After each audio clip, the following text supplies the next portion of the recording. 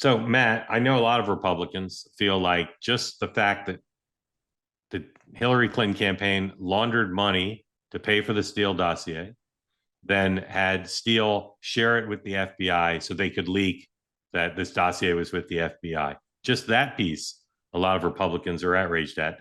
What is out there that you are most interested in seeing fleshed out? Which narrative thread, if any? A couple things. I think Clapper and Brennan, I think, are very much at the tip of this. I look, a lot of ink goes to Obama's role in this, and I get it. But like on a functional and tactical level, Brennan and Clapper, I think, are the tip of the spear. And also, I will say this.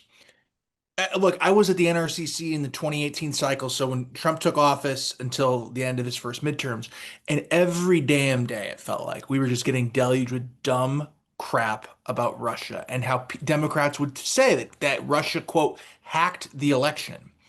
And I later worked for an election machine manufacturer, not anyone in the news. It was a totally different company, but you would have been shocked about when they would go around and talk to election officials. I'm not talking about volunteers that show up for 12 hours on election day, but like actual paid people that work in the states and that are employed by the cities and towns and municipalities. So many of them thought Russia actually changed votes in 2016. And it's false, right? And so I think there is such scar tissue among our party about what we had to deal with all the BS. And then certainly Trump and the White House feel like that really cast a pall over his first term. And so I can't really underestimate, or sorry, even overestimate that kind of specter over all of this. Yeah.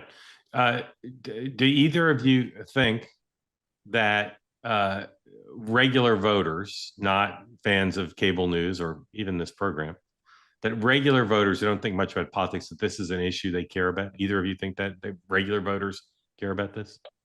I think that they remember it. I think they remember it well from the campaign. To Matt's point, and Matt, I would just want to ask you the question.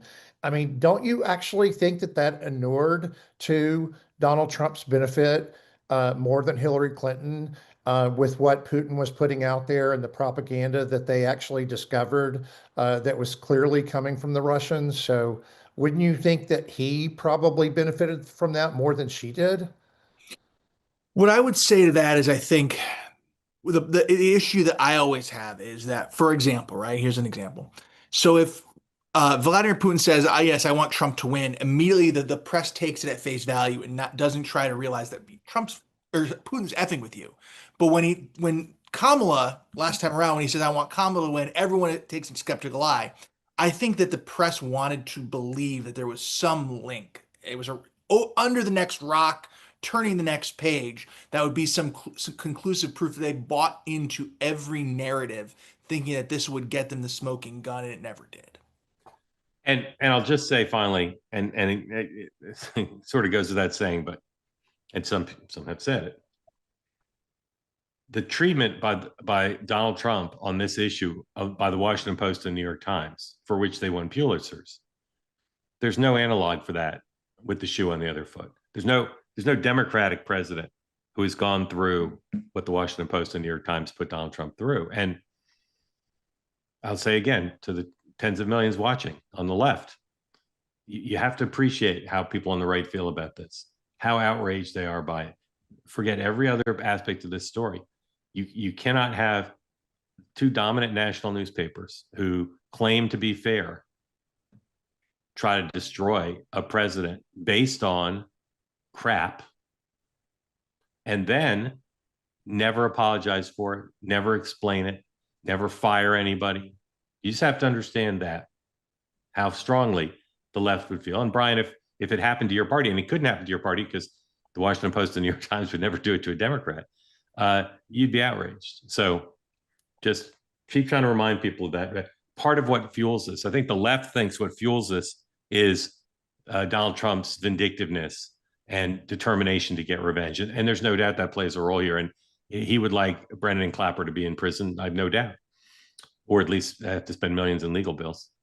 But it is fueled, the energy for this, for the most part, is fueled by absolute incredulity that the people on the right have about what happened. Want more great clips like that? I've got an idea. Hit the subscribe button, be part of the Two-Way community, never miss a clip, and you can always watch our full episodes, join them live, go to twoway.tv.